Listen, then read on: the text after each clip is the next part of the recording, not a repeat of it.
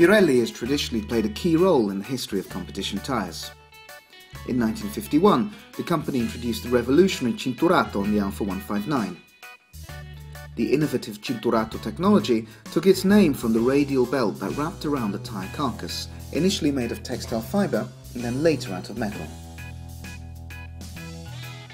This eventually gave rise to wider tyres, which paved the way for tubeless tyres that no longer required an inner air chamber.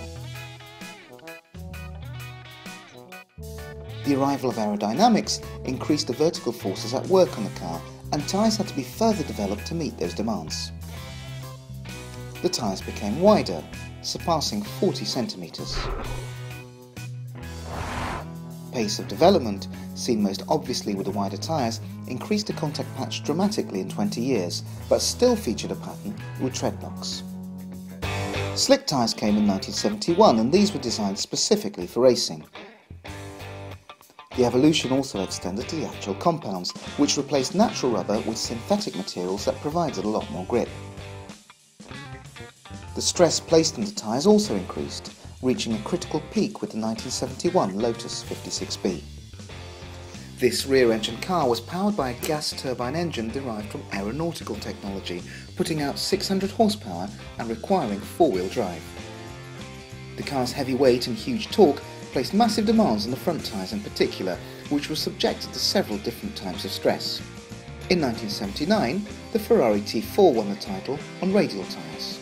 This solution became the norm because of the ground effect technology employed at the time. The use of side skirts squashed the cars right to the ground, placing further demands on the tyre carcass. The radial tyre was characterised by increased rigidity, ensured by a metal band that covered the width of the tyre along with the existing internal structure. In the 1980s, Pirelli introduced some more new technology, dual compound tyres.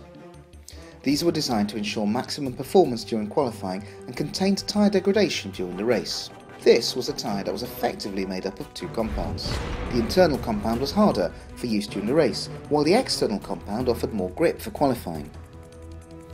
Problems with traction and wheel spin often experienced in qualifying were eliminated by the external layer of softer rubber, allowing teams to make full use of the wide range of turbo settings that were available at the time for both qualifying and the race. The Italian firm returned to the pinnacle of motorsport from 1989 to 1991 with the Pirelli P7 tyre, which took the Benetton of three-time world champion Nelson Piquet to victory. The slick pattern of competition tyres has remained the only constant element over the last 30 years. The radial carcass, dual compound technology, and the use of composite materials represent some of the most important technological steps that have led to the current generation of tyres. With increasingly sophisticated cars, Pirelli has pushed the boundaries of technology both with tyre structure, which now uses layers of composite materials to strengthen the carcass, as well as with tyre compounds. Different compounds are designed to provide maximum grip and performance under massive extremes, which only the top level of racing can provide all over the world circuits.